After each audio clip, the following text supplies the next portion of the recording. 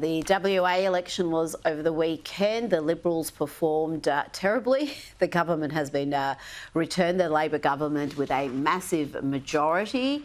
I'll be talking to Professor Ian Plimer about that a little bit later. But is this good news for Anthony Albanese? Or I've heard some political experts say it's actually bad news because whatever grievances West Australians have, they'll take it out on him rather than their state government. Look, it's hard to know. Western Australia is so far away. I'm not an expert. It's almost like a country to itself. But that said, look, I think overall probably bad for the coalition because they were expected to pick up more than 5 or 6 seats, and I think that's all they're going to end up with in the parliament. So they've done pretty badly. They've got. It kind of reflects Victoria's state poll, right? There was a big swing away from Labor, but it didn't really go to the Liberals very much. It kind of went to Teals. In fact, I think the Teals are going to win a seat in the West Australian Parliament for the first time, or at least a Teal-type candidate. Look, I don't think it's great for the coalition, but that said, as you point out, I mean, it can go the other way too. You have to speak to some psephologists on that. I guess we'll find out in a month or two. It's not too far away. Let's talk about something a little bit different. Veteran comedian David Hughes.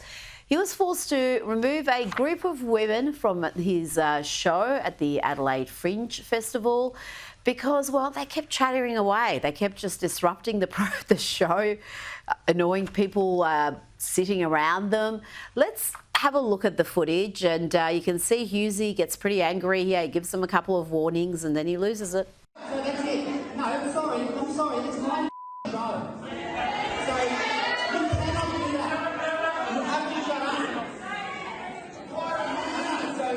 You talk one more time around. All right, that's it. All right, seriously, this is ridiculous. Adam has since said, I gave the group of women multiple chances. They were infuriating audience members near them and me, and as they were in the second row. So, yeah, that was definitely annoying Hughesy. And I would say there's nothing worse than if you're watching a comedy show or any sort of live performance and you've got people chattering away. It's a distraction. It takes away from the experience. And you might remember, I don't know if this made the news in America. It probably did because it made headlines around the world, but a comic Arch Barker last year booted a breastfeeding mum from his program because the baby was making all sorts of noise. He got absolutely slammed for it, but I've got to say I'm with the comics on this one. That mum and baby went on the project to protest what had happened, and even during a TV interview, the baby's making little noises, as cute as it may be. It's actually very disruptive. Yeah, look, certainly I'm with both of these comedians on this. I think the bigger threat, though, for comedians generally in Australia is always impositions on free speech, these new laws that are being passed by state parliaments, especially in Victoria and New South Wales, where it is now illegal, I understand, to severely ridicule a group, quote unquote, severely ridicule. So stand-up's going to get very, very hard. So maybe these women did not find him very funny, but even so, they were being very rude and they should have been asked to leave.